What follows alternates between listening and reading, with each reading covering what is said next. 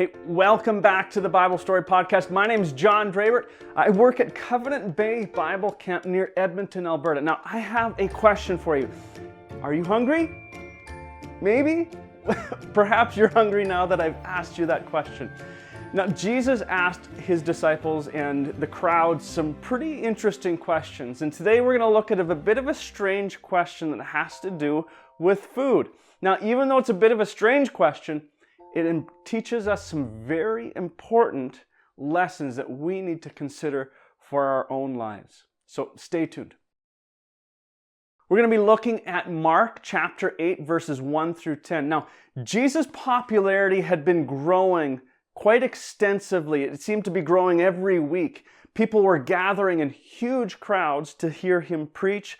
They brought the sick, the lame, the deaf, the blind, and many others to be healed by him.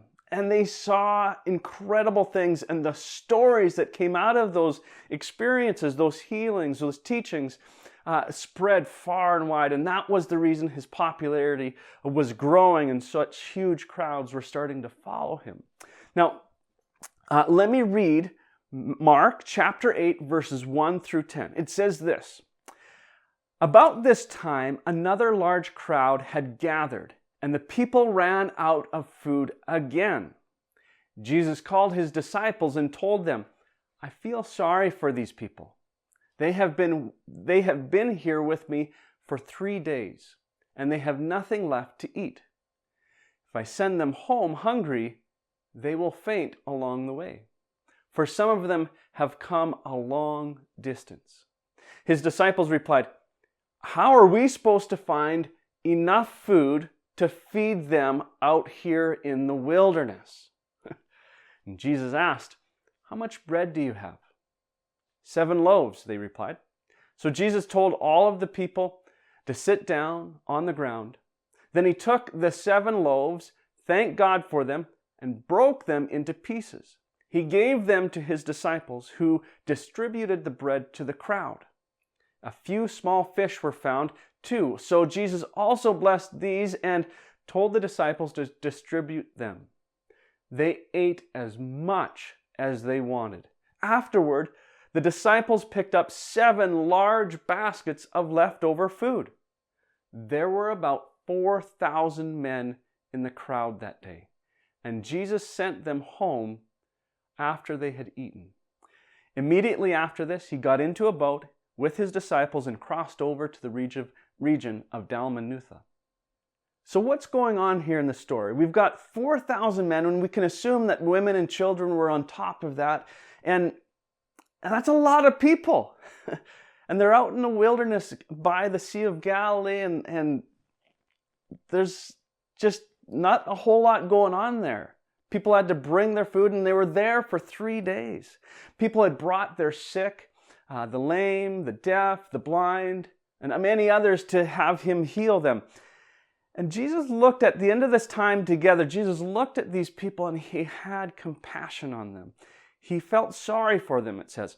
He anticipated their need. He didn't want them to go back, and many of them had come a long ways. He didn't want them to go home through the wilderness and have some sort of ailment because of a lack of nutrition and energy.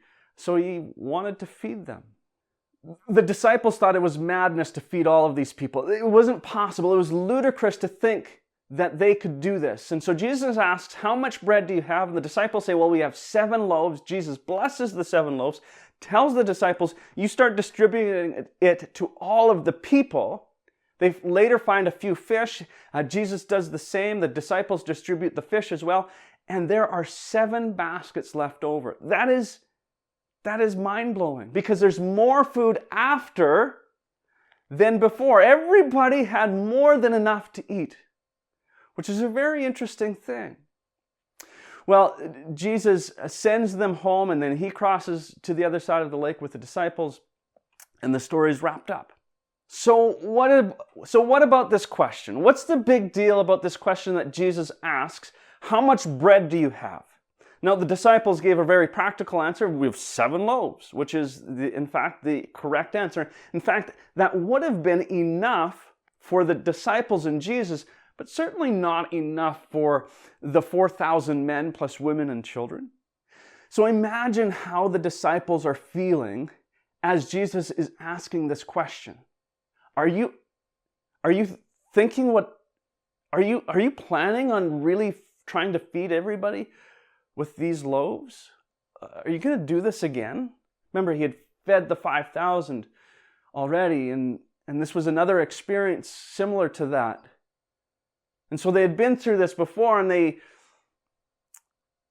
thought, okay, here's our loaves. So they had this moment of doubt, but yet contrast that with when they're passing out the loaves and the fish, and every time they reach down to grab some more, the supply is abundant. It's been restocked. There's more there. It's just this puzzling, joyous abundance of how can this be? And they continue to pass it out to everybody. And everybody who is watching is in amazement. Imagine the crowd experiencing this as they watched the disciples not run out of food. How could they possibly come up with this much food for everybody? Everybody ate as much as they want. I imagine the laughter and the joy as the abundance of God's provision overwhelmed everyone who was experiencing this. So this question is important, and the context that we find ourselves in is very different than the context the disciples found themselves in. They were needing to share their lunch. And so the question was, how much bread do you have? But the question for us is, how much do you have? Well, whatever it might be that the context has need of. How much do you have? And so this question asks us to look at the world with compassion, to look as Jesus looked on this crowd and anticipating and seeing the needs that they had, feeling compassion for them. What do you see as you imagine, as you look around the world around you, and what do you see? What are the needs that come to mind? How much do you have? Now, the tempting answer is this: I don't have enough. I don't have enough giftings. I don't have enough experience. I don't have enough wisdom. I don't have enough money. I lack a facility, I lack a team, I lack equipment, I lack supplies. I simply have no time, I have no energy, I do not have the capacity. I don't have enough. That's the tempting answer to Jesus' question to us. How much do you have? How much do you have when given to Jesus? Whatever we do have, when we give it to Jesus, it is more than enough. It is 7 baskets of food left over. It will become everything that is needed and more. Now, Jesus is not here with us. He is with his Father in heaven, seated at a throne beside him. And that is a very good thing. It's good for us. It's good for all of heaven. It's perfect because it's within God's plan. Now, what's difficult for us is Jesus is not here for us to give a bunch of bread to, or whatever it is that we have that we would like to give him. So we have to be creative in the ways we give what we have. What we want to give Jesus isn't going to be something that we can just put in a parcel and put in the mailbox and say, okay, send that to Jesus, please. It doesn't work that way. We have to be creative in how we give what we have to Jesus. So let's get into our discussion questions, and we'll pick up on that in our discussion questions. Question number 1. As you look at your community, what needs do you see? Hit pause and share.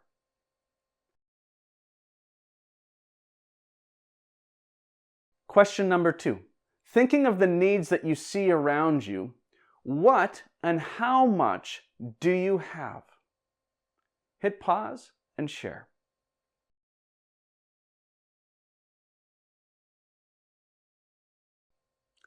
Question 3. Think creatively and brainstorm ways in which you can give what you have to bless those around you. Hit pause and share.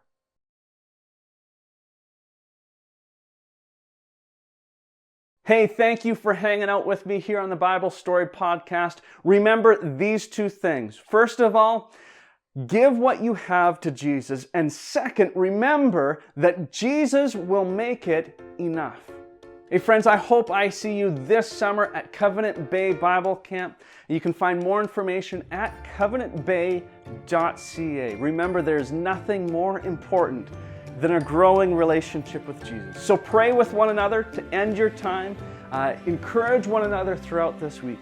I'm praying for you, and I hope God will bless you and take whatever you have to give Him and make it more than enough. God bless.